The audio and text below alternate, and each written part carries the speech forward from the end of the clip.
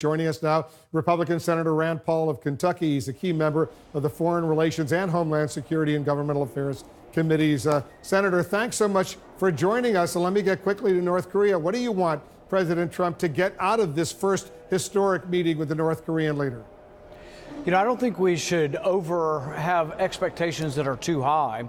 I think dialogue alone is a success. We've never had dialogue from the head of our country to the head of their country. So this is a big step forward, just having dialogue. What we get out of it, I think denuclearization is obviously what we want. They've suspended testing. That's good. We've gotten some hostages back. That's good. So I think these are all good small steps forward. I think there's a possibility we could get the symbolic ending of the war from the 1950s between the North and the South. I think that is symbolic, but also would show a thawing in tensions. But I think ultimately what people want is that they would give up their nuclear ambition. That's a big ask. In order to get that, we'll have to have something very verifiable and would have to be over a period of time with inspections. So I'm not so sure we get that immediately, but I think the conversation is much better than having no conversation. If the North Koreans do what the U.S. wants, Secretary Pompeo is promising what he called unique security assurances for the North Koreans. So what concessions would you be comfortable with in terms of American military power in the region? For example, reducing the U.S. troop level, removing nuclear-capable submarines and bombers from the Korean Peninsula. Would you be comfortable with all of that? I think everything should be on the table, including removing our troops. But I would say that that would have to do with verifiable denuclearization, and that really, since it takes time to do some of these things and it takes time to believe that your adversary will actually do them, that I think that it should be a gradual lessening of tension, a gradual lessening of sanctions, a gradual lowering of troops. I think you could even have an international force. You could have Chinese troops as part of an international force that would be a stabilizing and reassuring presence. But the bottom line is you can't give everything up front. And so I think a good deal gives things gradually, and I wouldn't give any taxpayer money. I think the offer of economic assistance would be through trade and not through actually direct assistance, but through opening our trade to them. Yeah, the president has said repeatedly over the past few days he wants South Korea, Japan, China to invest in North Korea. He says the United States is not going to spend any money over there. Can American allies, Senator, South Korea and Japan, for example, trust that President Trump will represent their interests in this meeting? As you know, they're very nervous right now. I think ultimately any agreement has to be between North Korea and South Korea. I mean, we're part of the process because we were part of the war going back, 60 some odd years now. But ultimately, South Korea has to directly negotiate with North Korea.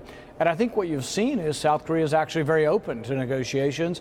And in fact, in some ways, South Korea has been pushing it forward, by having meetings there in Korea.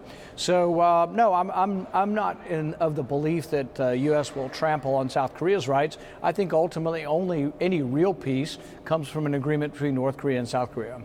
The president hasn't made any military threats going into the summit, as you know, but Senator Lindsey Graham, your colleague, he wants an authorization for the use of military force in case the talks fail. Do you think President Trump has taken the military option off the table, and would you vote for such an authorization for the use of military force? Absolutely not. Lindsey Graham is a danger to the country by even proposing ideas like authorizing war with Korea. My goodness. So that should be something that is seen as naive and seen as something that really serious people shouldn't even really be discussing. You're calling a fellow Republican senator a danger to the country. I want you to elaborate. Well, if you've watched over time, I think what you've seen from Lindsey Graham is basically a naive worldview where he believes that war is always the answer. And that also means that expenditures for war are always the answer. And so I think that's bankrupting us as a country. But it's also gotten us involved in dozens and dozens of war where it's not really clear what the American interest is in those wars.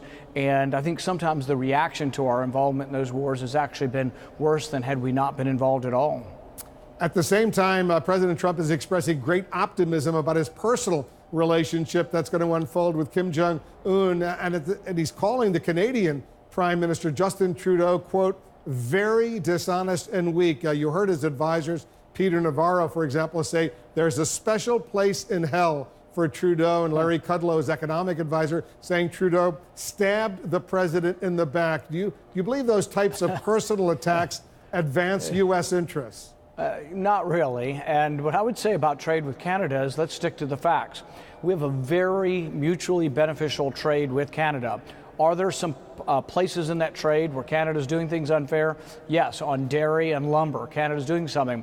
So let's isolate in on the problem, which are at least two different segments of our economy where we want to sell things to them and they're closing the door and protecting their economy from our goods. Let's work on those and let's have some tough negotiation. But let's don't discount that on 80–90% of the different industries we have pretty free and open trade, and it's a great benefit to the United States to trade with Canada.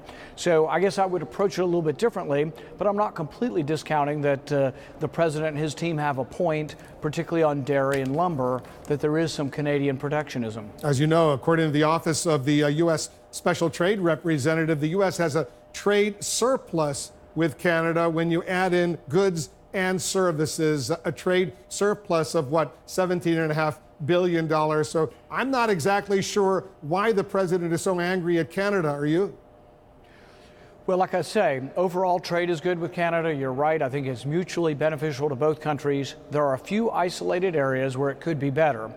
Dairy, lumber, and a few other things. And we need to see, is there anything they're complaining about on their end that we are protecting? And maybe there could be a negotiation where we could make trade better. But I wouldn't throw the baby out with the bathwater. I wouldn't say we're going to threaten all trade or try to ratchet up tariffs with Canada, because by and large, Canada is a great neighbor to have, and we have done very well. Both countries have done very well having open borders for trade. Let me put those numbers back on the screen because I misspoke as far as the trade surplus with Canada. When you add services and goods, it's an $8.4 billion surplus that the United States has with Canada, our neighbor to the north. Senator Paul, thanks so much for joining us.